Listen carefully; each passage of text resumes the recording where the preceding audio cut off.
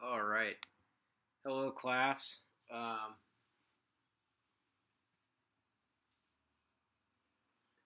this is sort of our last few days of review before the AP exam. The AP exam is Thursday. Um, so, what I'm going to be doing this week is going over um, some of the released free response questions.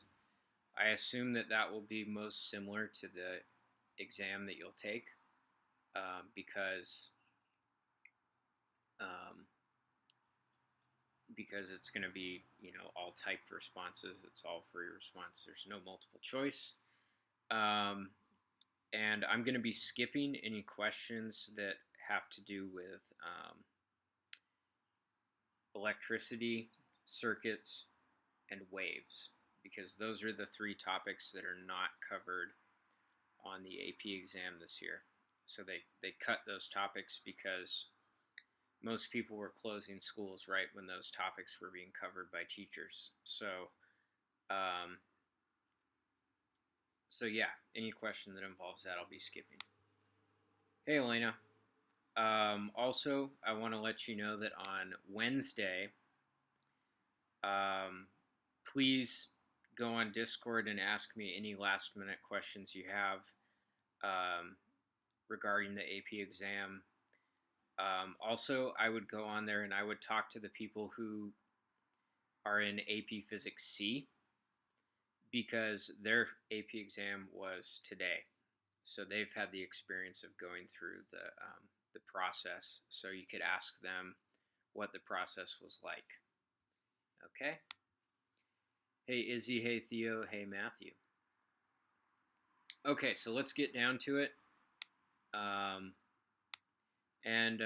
After this, I'll be on Discord. So if you have any questions after, let me know. I think I forgot to put that in the announcements for today. So, this is a free response question.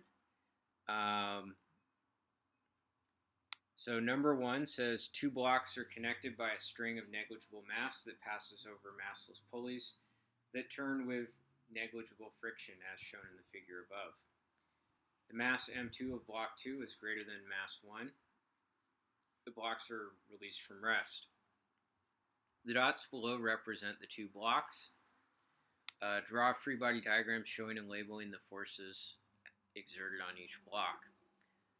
Draw the relative lengths of all vectors to reflect the relative magnitudes of the forces. Okay, so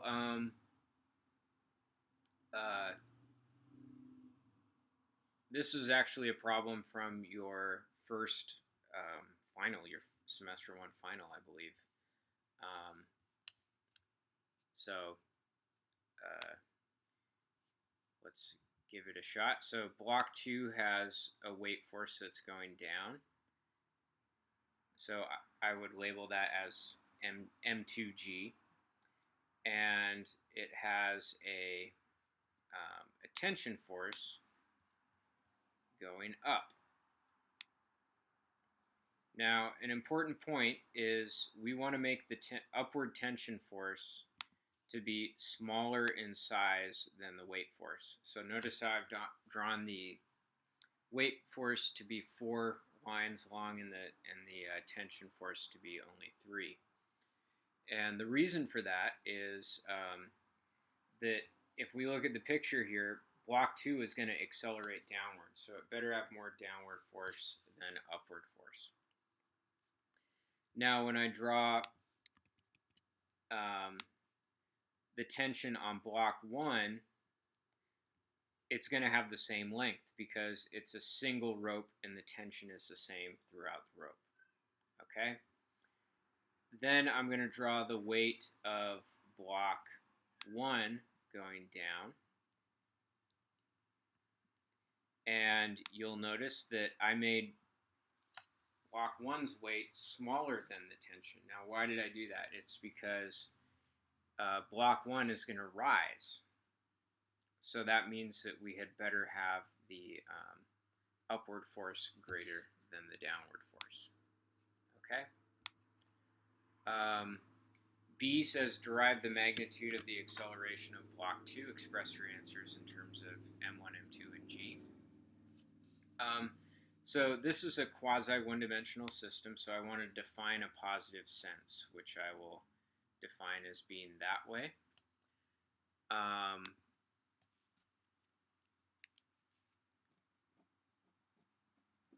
So this is AP1, May 11th. This is question 1, part B. So if I look at block 2, I'm going to do a Newton's second law for block 2. Block 2 has its weight force going down,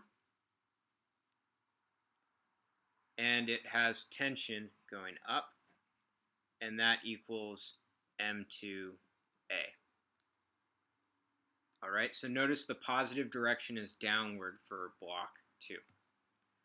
For block 1, we have the tension is pulling it up, so upward is positive for block 1, and then weight force is negative, and that equals M1A.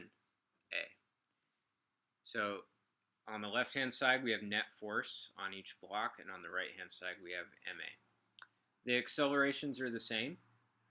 They're in opposite directions, but they're of the same magnitude, because if block 2 falls a certain amount in a certain time, then block 1 rises the same amount.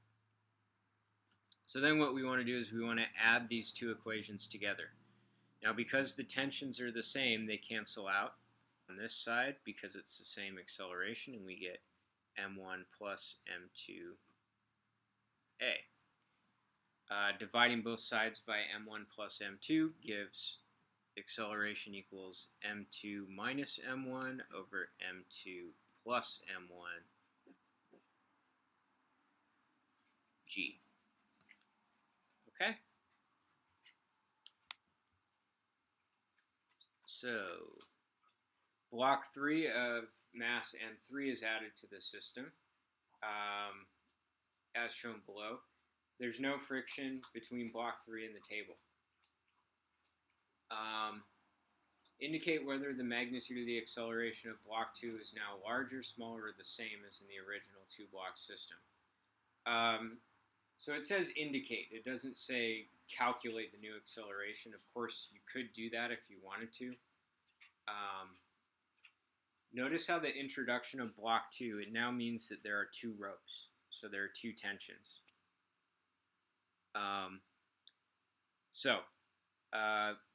Basically, block 3 doesn't have any external force acting on it. Block 3 only has internal forces, right? Because the tensions are internal forces. They're between block forces.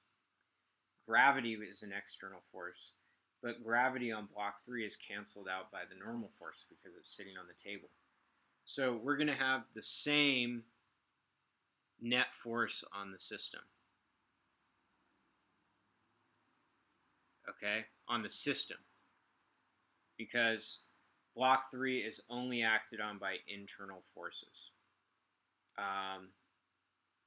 Or any external force like gravity and normal force cancels out. However, the total mass of the system went up.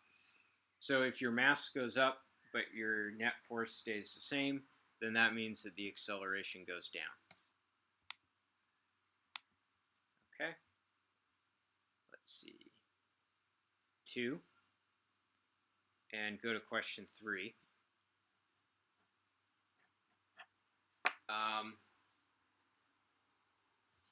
Let me see if I have any questions about the first one. No questions, all right. A block is initially at position x equals 0 and in contact with an uncompressed spring of negligible mass. The block is pushed back along a frictionless surface from position 0 to negative d, compressing the spring by an amount delta x equals d. The block is then released. At x equals 0, the block enters a rough part of the track and eventually comes to rest at position x equals 3d. The coefficient of kinetic friction between the block and the ramp is mu. On the axes below, sketch and label graphs of the following two quantities as a function of position. The kinetic energy of the block and the potential energy of the block spring system. So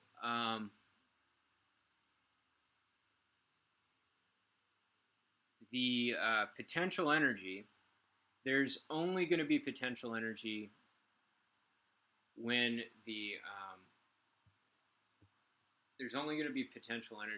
the spring is compressed, because it stays. There's no gravitational potential energy in this problem because we're staying at the same elevation the whole time. But once the block is compressed,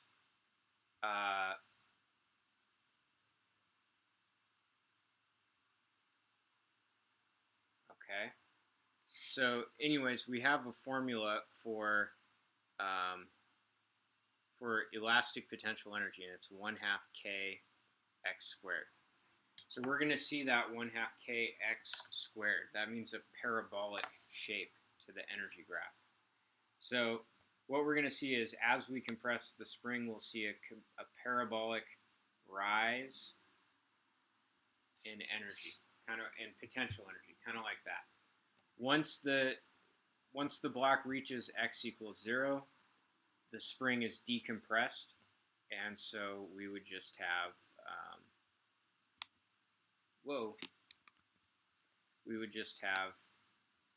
no elastic potential energy. Okay. Notice how it says the potential energy of the block spring system. So we're including the energy of the spring. Okay. So that's actually part 2. For the kinetic energy of the block, notice how as the block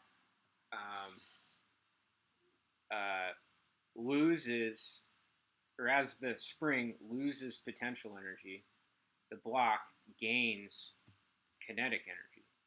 So our kinetic energy graph is going to look like a mirror image of this one. So it's going to kind of look like that. So basically, see how you start out with full potential energy and no kinetic energy, and then you end up with no potential energy and full kinetic energy. Now, what happens when the system loses contact with the spring? Well, in that case, we have friction, and friction is going to exert a constant force on the block. So it's going to pull the energy out of the system. Now, notice how work is force times displacement.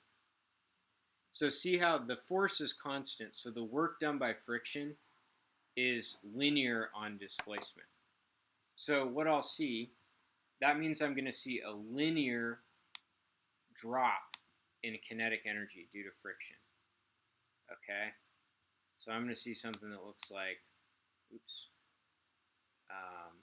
something that looks like this, like a straight line dropping down. And so why did I make the kinetic energy go to 0 at 3D? That's because it says that it stops at position x equals 3D. Okay? And I know that it's linear, again, because the force is constant, so I can see that work depends on displacement linearly. Okay, so I think that's part A. Part B, the spring is now compressed twice as much to delta x equals 2D. The student is asked to predict whether the final position of the block will be twice as far as that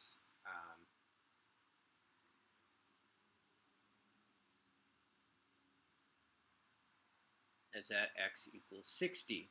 The student reasons that since the spring will be compressed twice as much as before, the block will have more energy when it leaves the spring, so it will slide further along the track before stopping at position 6D. So what aspects are correct? So I would say that more compression means more potential energy, which means more kinetic energy. Okay, so that aspect is correct. All right. I think I'm just going to say that in words, okay? They said that the spring will be compressed twice as much as before. The block will have more energy when it leaves the spring, so it will slide further. That is correct. However, well, and I would say that the representation of that is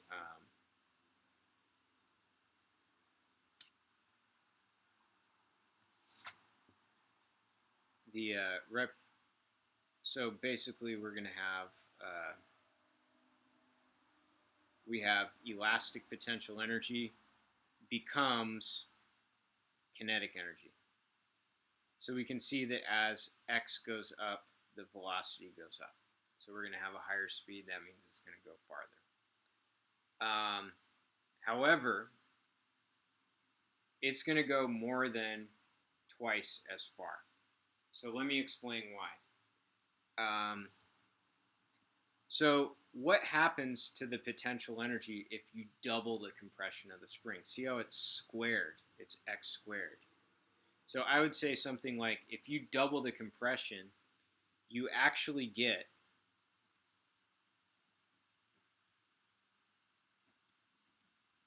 four times the potential energy. Okay? You get four times the potential energy if you compress the spring twice as much, because it's x squared. This means you leave the spring with four times the kinetic energy. Okay? Now, remember how the work done by the frictional force varies linearly with displacement. So you have to do four times as much work. That means it has to slide not twice as far, but four times as far. So this means four times the displacement. So it's gonna slide all the way to 12D, not 6D. It'll be four times the displacement. I can sort of view this on a graph, right? If I were to continue this trend, you can see that because it's sloped up, it's going to really rise the energy. So basically, this line is going to get shifted way up, and it's going to go way further than three times, than twice as far. Okay.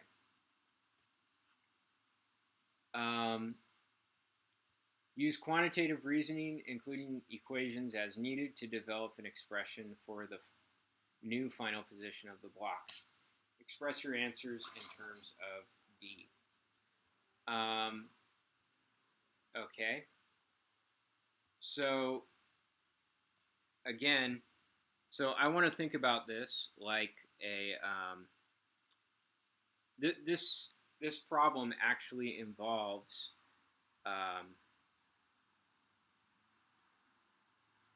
two steps. Okay, there's before the launch, I have 1/2 kx squared becomes 1/2 mv squared. Okay, so the launch speed. Now, how far did we compress the spring? We compressed the spring a distance 2d.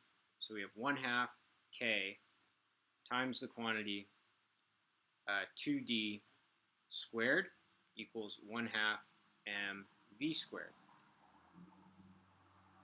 So I can see the 1/2s cancel. I get k over m times 2d quantity squared equals v squared. So that's the launch speed squared. Okay. Now, the second part of this has to do with forces, essentially. So if we think about the block as it's sliding, I'm going to write this up here. It has normal force going up, it has weight force going down, and it has the friction force going to the left. This is while it's sliding. Friction is, so now normal force equals weight force. It's a flat surface. Friction is mu normal. So it's going to be mu mg is friction. So normal and weight force are canceling each other out. So the net force is mu mg. And net force equals ma. So that means that the acceleration is mu g. So the sliding block is going to decelerate at a rate mu g. So if I use the kinematics equation, I say v final squared equals v initial squared plus 2a delta x. V final, because the block is coming to a stop, is 0. V launch squared is actually this expression right here. That's the initial speed. So that's going to be 4k d squared over m.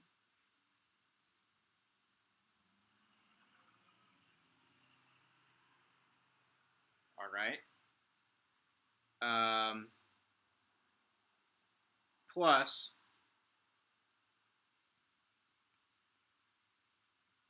2 times minus mu g times delta x. So we can solve this for delta x. We are going to get that delta x equals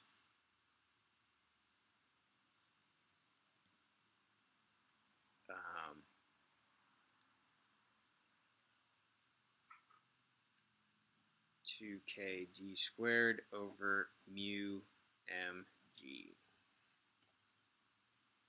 So you can see that it depends quadratically on d, the amount that the spring is compressed.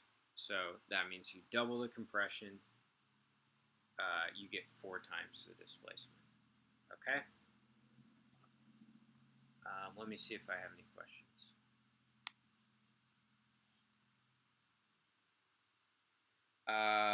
Okay, there's a question, how come the kinetic energy graph, kinetic friction graph is concave down?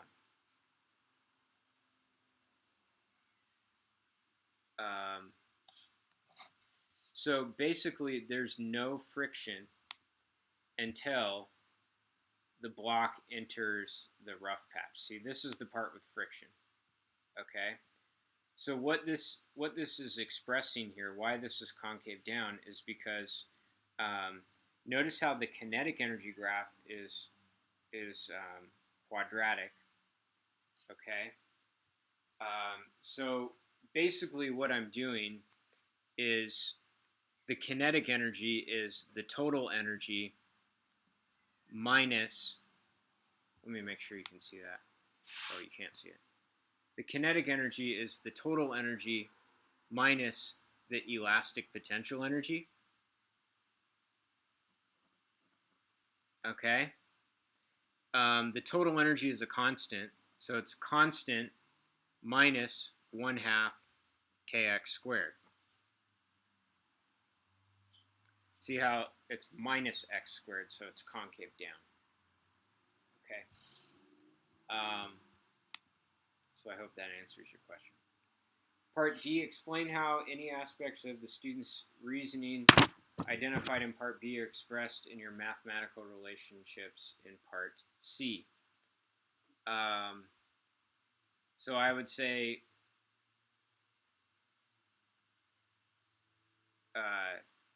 notice how the velocity of launch increases as d increases. velocity of launch increases as d increases, so that's correct. Explain how your relationship in part C correct any incorrect aspects of the student's reasoning. So you can see that it is not a linear relationship on the amount that the spring is compressed. It's a quadratic relationship, d squared. And so for that reason, it's not going to be twice as far. It's going to be 4 times as far. Okay?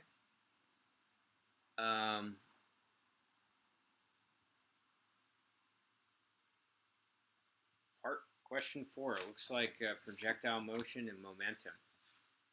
So one of the things you'll see, this problem 3, excuse me, kind of connected, problem 3 connected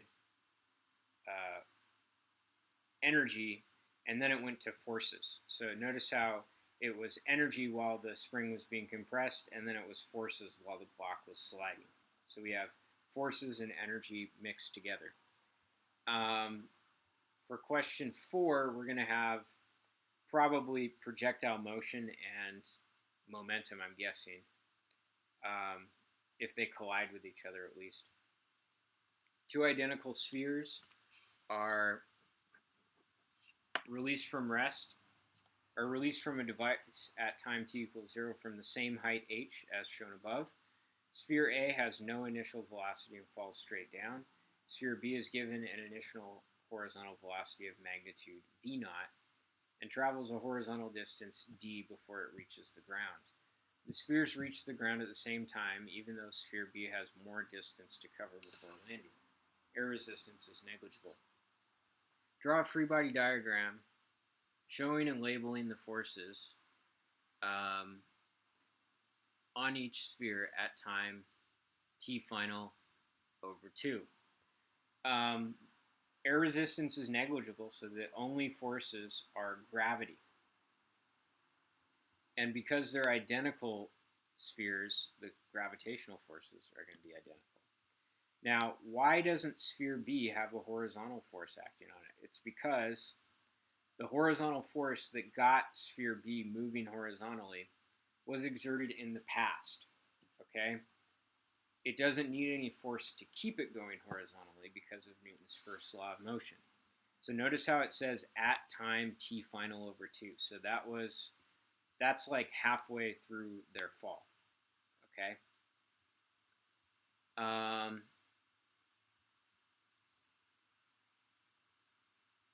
On the axes below, sketch and label a graph of the horizontal component of the velocity of sphere A and of sphere B as a function of time.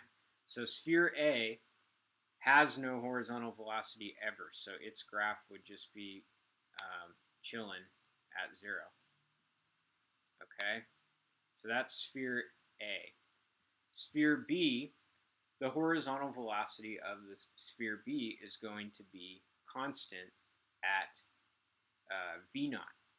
Why do I say that? It's because gravity doesn't pull sideways, so there's no forces to there's no forces that are going to make it speed up or slow down in the horizontal sense. And so sphere B is going to have a flat graph as well. It's just not going to be flat at 0. Part C says, in a clear, coherent paragraph length response, explain why the spheres reach the ground at the same time, even though they travel different distances.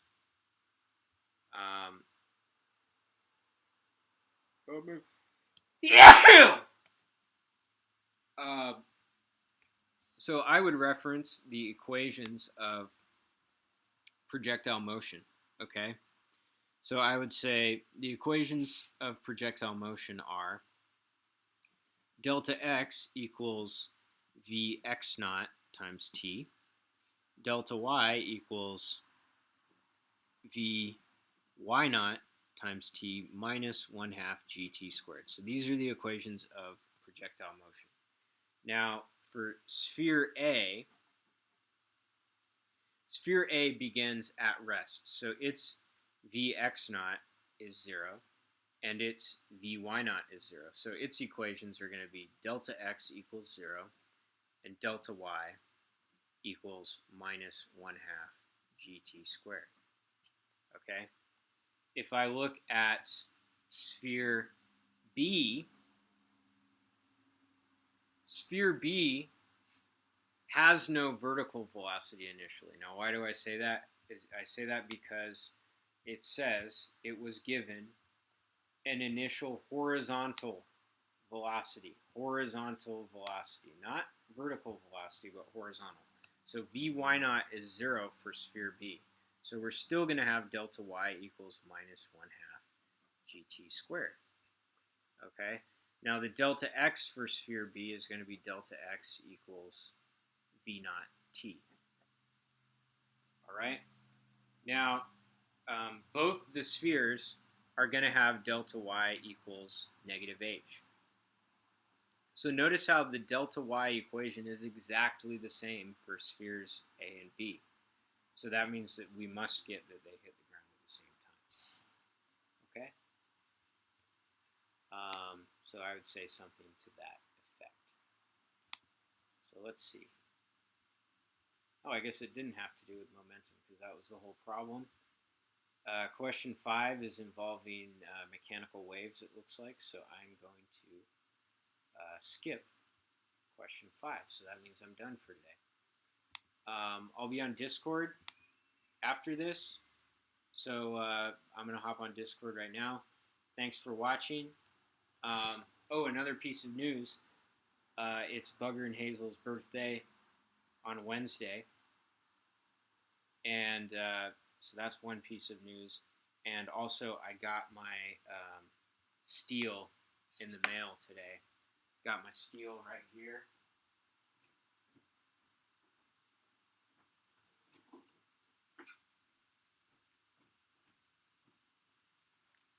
Got my high carbon steel right here.